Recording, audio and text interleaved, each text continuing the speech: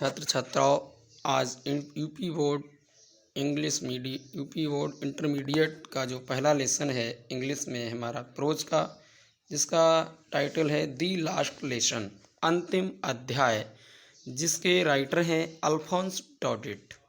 आइए आज हम इस लेसन की शुरुआत करते हैं इंटरमीडिएट इंग्लिश प्रोज का, चूँकि नए सिलेबस पर आधारित है। इससे पुराना सिलेबस चेंज हो गया है, तो नए सिलेबस पर ये नए लेसन्स आए हैं। इनको भी पढ़ना और समझना आवश्यक है ताकि एग्जाम में आने वाले क्वेश्चंस को हम अच्छी तरह से हल कर सकें। तो लास्ट लेसन जो अंतिम अध्याय लेसन है, इसको पढ़ाने से पहले थोड़ा सा समझ लेते हैं। ये बात है 1870 या 71 की।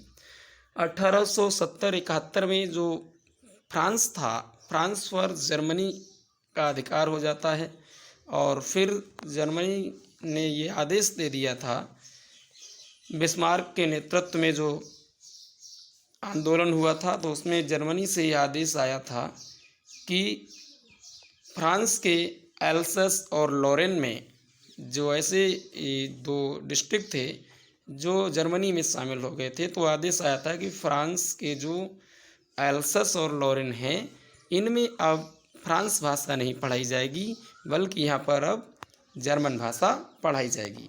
तो इसको जो अल्फोंस डॉडेट हैं, स्वयं एक नरेटर के द्वारा उस समय क्या सिचुएशन रही उसके बारे में वो बताते हैं। तो आइए शुरुआत करते हैं इस लेसन को। I started for school very late that morning and was in great dread of scolding, especially because M. Hamill had said that he would question us on participles and I did not know the first word about them। तो अर्थ समझते हैं। I started, मैंने शुरू किया था, for school, school के लिए, very late, बहुत देरी से, दैट मॉर्निंग, उस सुबह को, उस सुबह मैं स्कूल जाने के लिए बहुत देर से मैंने शुरू किया था। एंड बाज इन दैट ड्रीड, एंड मीन्स और बाज मीन्स था, इन ग्रेट ड्रीड, और मुझे डर भी बहुत था, भय भी बहुत था। किसका? ऑफ ए स्कोल्डिंग, एक डांट का। स्पेशली, विशेष रूप से, बिकॉज, क्योंकि, एम हेमल जो मेरे अध्यापक थे, उन्होंने हैड सैड माने मुझसे कहा था, दैट मीन्स कि ही वुड क्वेश्चन, वो हमसे क्वेश्चन पूछेंगे या प्रश्न पूछेंगे, अस माने हमसे, ऑन पार्टिसिपल, पार्टिसिपल के चैप्टर पर। एंड और आई डिड नॉट नो, और मैं नहीं जानता था, द फर्स्ट वर्ड, एक भी शब्द, यानी पहला शब्द भी मुझे नहीं पता था, अबाउट देम, उसके बारे में। पूरी लाइन को समझते हैं। कहते हैं कि मैंने उस दिन बहुत देरी से, उस सुबह बहुत देरी से स्कूल जाने के लिए शुरू किया था, और मेरे हृदय में एक डर भी बैठा था कि जो एम हेमल हैं वो विशेष रूप से मुझे डांटेंगे, क्योंकि उन्होंने मुझसे कहा था कि अगले दिन हम तुमसे पार्टिसिपल के प्रश्नों को पूछेंगे, लेकिन मुझे उसके बारे में एक भी शब्द पता नहीं था। इसके आगे देखते हैं। फॉर ए मोमेंट, एक क्षण के लिए, I thought of running away and spending the day out of doors. For a moment, एक क्षण के लिए, आई थॉट, मैंने सोचा, ऑफ रनिंग अवे, कि भाग जाऊं, कहीं दूसरी जगह दौड़ कर चला जाऊं, एंड स्पेंडिंग, और बिताऊं, द डे माने दिनों को, आउट मीन्स होता है बाहर, ऑफ डोर्स मीन्स होता है दरवाजे के। कहता है कि पहले तो मैंने ये सोचा कि मैं भागते हुए कहीं बाहर चला जाऊं और बाहर ही बैठ करके अपने दिन को बिताऊं। ऐसा हर बच्चे के दिमाग में आता है जब स्कूल का कार्य नहीं करता है, तो ऐसा इनके भी दिमाग में आया। आगे कहते हैं, I was so warm so bright, I was so warm so bright, मैं इतना ज़्यादा तरोताज़ा था, इतना, फिर से देखते हैं, इट वाज सो वार्म, मौसम गर्म था, सो ब्राइट, और खूब चमकीला भी था। आई नहीं है, इट है। इट वाज सो वार्म, मौसम खूब गर्म भी था, और सो ब्राइट, चमकीला भी था, मतलब सूर्य भी आकाश में निकला था और मौसम भी थोड़ा सा अच्छा था। दी बर्ड्स वर चर्पिंग, जो पक्षी थे, वर चर्पिंग, वो चहचहा रहे थे, at the edge, edge means होता है किनारा, ऑफ द वुड्स माने जंगल के, जंगल के किसी किनारे पर पक्षी चहचहा रहे थे। And in the open field, और इन मीन्स में द ओपन फील्ड, खुले हुए मैदान में, बैक जो पीछे की तरफ था, ऑफ द सामिल, आरा मशीन जो होती है, सामिल जहाँ लकड़ी आदि चीरने का काम होता है, तो आरा का मशीन का जो कारखाना था उसके पीछे खुले हुए मैदानों में दी पर्शियन सोल्जर्स, जो पर्शियन सैनिक थे, बर ड्रिलिंग, वो अपनी ड्रिल कर रहे थे। ड्रिल का मतलब जिसे परेड आदि कहते हैं, यानी सैन्य अभ्यास कह सकते हैं, सैन्य अभ्यास वो कर रहे थे। It was all much more tempting, it means ये बाज माने था, ऑल पूरी तरह से, मच मोर टेम्पटिंग बहुत ही ज़्यादा लुभावना, जो मेरे लिए बहुत ज़्यादा लुभावना लग रहा था, दैन माने बजाय, द रूल फॉर पार्टिसिपल्स, बजाय पार्टिसिपल्स के नियम की, वो हमें ज़्यादा लुभावना लग रहा था। और वैसे भी खेलना अच्छा लगता है किसी चीज़ को याद करने से, ऐसा विद्यार्थियों के साथ होता भी है, वही ये लेखक बता रहे हैं। वट लेकिन आई हैड द स्ट्रेंथ, लेकिन मुझ में शक्ति थी, ताकत थी, टू रेसिस्ट, इसको देखने की, and hurried of the school, और विद्यालय को जल्दी से पहुंचने की मेरे अंदर क्षमता भी थी लेकिन मुझे वो सबसे ज़्यादा अच्छा लगता था। दूसरे पैराग्राफ को देखते हैं। When I pass the town hall, when माने जैसे ही आई पास्ट में गुजरा, द टाउन हॉल माने होता है शहर का सभागार, जैसे ही मैं सभागार से गुजरा, देयर बाज अ क्राउड, वहाँ भीड़ थी, इन फ्रंट मीन्स होता है सामने, ऑफ द बुलेटिन बोर्ड होता है सूचना पट, जैसे ही मैं शहर के सभागार से गुजरा तो वहाँ सूचना पट के सामने भीड़ थी, बहुत सारे लोग खड़े हुए थे।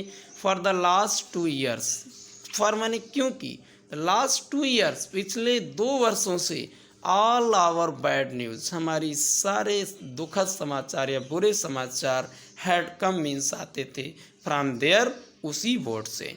द लॉस्ट बैटल्स, चाहे युद्धों का हारना हो, वैसे लॉस्ट माने खोना होता है पर हारना लगेगा, चाहे युद्धों का हारना हो, द ड्राफ्ट, चाहे कोई ड्राफ्ट हो, the orders of the commanding officer, चाहे जो शासन करने वाले अधिकारी थे उनका कोई आदेश हो, and I thought to myself, और मैंने स्वयं सोचा, विदाउट स्टॉपिंग, बिना रुके हुए, what can be the matter now, what can be, क्या हो सकता है, द मैटर मीन्स मामला, नाउ माने अब, मैंने सोचा कि पता नहीं अब क्या मामला हो सकता है, लेकिन इसके बारे में मैं रुका नहीं, सोच चल भागते भागते ही मैंने दिमाग में सोचा। देन मैंने तब, as I hurried by as fast, as I hurried, इतनी जल्दी की मैंने, by as fast I could go, जितनी जल्दी मैं जाने में कर सकता था उतनी जल्दी मैंने की। द ब्लैक स्मिथ, जो ब्लैक स्मिथ था, बाचर, जो बासर पढ़ेंगे इसको, बाचर नहीं पढ़ेंगे, अगर बाचर WATCHER होता तो बाचर माने ध्यान से देखने वाला, यहाँ पर बासर लिखा है या वाक्टर बोलेंगे तो ये नाम है वाक्टर, WACHTER, वाक्टर। जो ब्लैक स्मिथ यानी एक लोहार था जिसका नाम वाक्टर था, हु वाज देयर, वो भी वहाँ था, विद हिज अप्रेंटिस, अपने सहायक के साथ, अप्रेंटिस मतलब कोई प्रशिक्षु जो मददगार होता है, अपने सहायक के साथ था, रीडिंग, वो पढ़ रहा था, द बुलेटिन बोर्ड, वो भी उस बुलेटिन बोर्ड को पढ़ रहा था। कॉल्ड, उसने बुलाया, आफ्टर वैसे बाद में होता है, यहाँ पर पीछे से लगाएंगे, आफ्टर मी, मुझे पीछे से उसने बुलाया और कहा, डोंट गो सो फास्ट बब, बब किसी लड़के के लिए कहा जाता है कि लड़के इतनी तेज मत जाओ, आई विल गेट, इतनी तेज मत जाओ, you will get to your school in plenty of time, you will get, तुम प्राप्त करोगे, टू स्कूल, अपने स्कूल में, इन प्लेंटी ऑफ टाइम, बहुत ज़्यादा समय आज तुम्हें स्कूल के लिए है, इतनी जल्दी क्यों कर रहे हो, ऐसा उस वाक्टर ने, जो कि गोल्ड स्मिथ था यानी लोहार था, उसने मुझे पीछे से कहा। आगे देखते हैं तीसरे में, आई थॉट, मैंने सोचा, he was making fun of me, मैंने सोचा कि he was making fun of me, कि वह मेरी मजाक बना रहा है, क्योंकि जो हम किसी कार्य को जल्दी से कर रहे होते हैं तो हमें ऐसा लगता है कि शायद ये हमारी मजाक बना रहा है, तो ये कहते हैं कि आई थॉट, मैंने सोचा, he was making fun of me, कि वह मेरी मजाक बना रहा है, and reached M Hamel's little garden, and means और रीच मैं पहुंचा एम हेमल्स लिटिल गार्डन, उन एम हेमल जो मेरे अध्यापक थे उनके छोटे से बगीचे में पहुंचा। ऑल आउट ऑफ ब्रीथ, और वहाँ पहुँच करके ही मैंने सांस ली थी। यूजुअली प्रायः व्हेन स्कूल बिगन, यानी प्रायः जब स्कूल की शुरुआत होती है, देयर वाज अ ग्रेट बसल, तो वहाँ बहुत ज़्यादा शोरगुल होता है। बसल माने शोरगुल कहेंगे। विच कुड बी हियर्ड, जिसको सुना जा सकता है। आउट मीन बाहर से ही, इन द स्ट्रीट गली में। The opening and closing of desk, यानी डेस्क जो होती हैं उसको खोलने की या बंद करने की आवाज़ को सुना जा सकता है। लेसन्स रिपीटेड, पाठों के दोहराने की आवाज़ सुनी जाती है। इन यूनिशन, वेरी लाउड, यानी जोर जोर तेज तेज की आवाज़ में साथ। With our hands, with our hands हमारे जो हाथ होते हैं। ओवर आवर ईयर्स, तो हम लोग अपने कानों पर रख लेते हैं। मतलब क्या है, to understand better, to understand माने समझने के लिए, बेटर माने अच्छी तरह से। जैसे दूर की कोई आवाज़ आती है तो आवाज़ तो आती है, समझ में नहीं आती, तो कान कोई बुलाता है तो कान से सामने हाथ रखा जाता है, बंद नहीं किया जाता, हाथ रखा जाता है ताकि आवाज़ स्पष्ट सुनाई दे, वही ये बताता है। And the teachers great ruler, या फिर कमरे से किसकी आवाज़ आती है, द टीचर्स जो अध्यापक होते हैं। ग्रेट रूलर जो उनका बड़ी सी जो छड़ी होती है, रैपिंग मीन्स खटखटाते हैं, ऑन द टेबल, टेबल पर। क्लास में देखा होगा जब बच्चे शोर शराबा करते हैं तो गुरुजी के हाथ में जो रूलर होती है यानी छड़ी होती है उसको वो टेबल में खटखटाते हैं तो वो आवाज़ सुनी जा सकती है। यानी बाहर जब स्कूल खुलता है तो बाहर अगर कोई व्यक्ति खड़ा हो तो ये सारी चीज़ों को सुन सकता है, यानी पाठों के पढ़ने का और डेस्क के खोलने या बंद करने का, और गुरुजी के द्वारा जो टेबल पर रूलर आदि खटखटाई जाती है बच्चों को शांत करने के लिए, हर कोई व्यक्ति इस चीज़ को सुन सकता था। बट नाउ, लेकिन अब, इट वाज आल्सो स्टिल, लेकिन अब इट वाज ऑल, ये सब कुछ, सो स्टिल, सब कुछ इतना शांत था कि I could counted on the commotion, I could counted मैं गिन सकता था, on the commotion to get my desk without being seen. I could get on the commotion, मैं इतनी शांति से सुन सकता था, नहीं पेजों को लौटने की आवाज़ को भी सुन सकता था, विदाउट बीइंग सीन, बिना देखे हुए।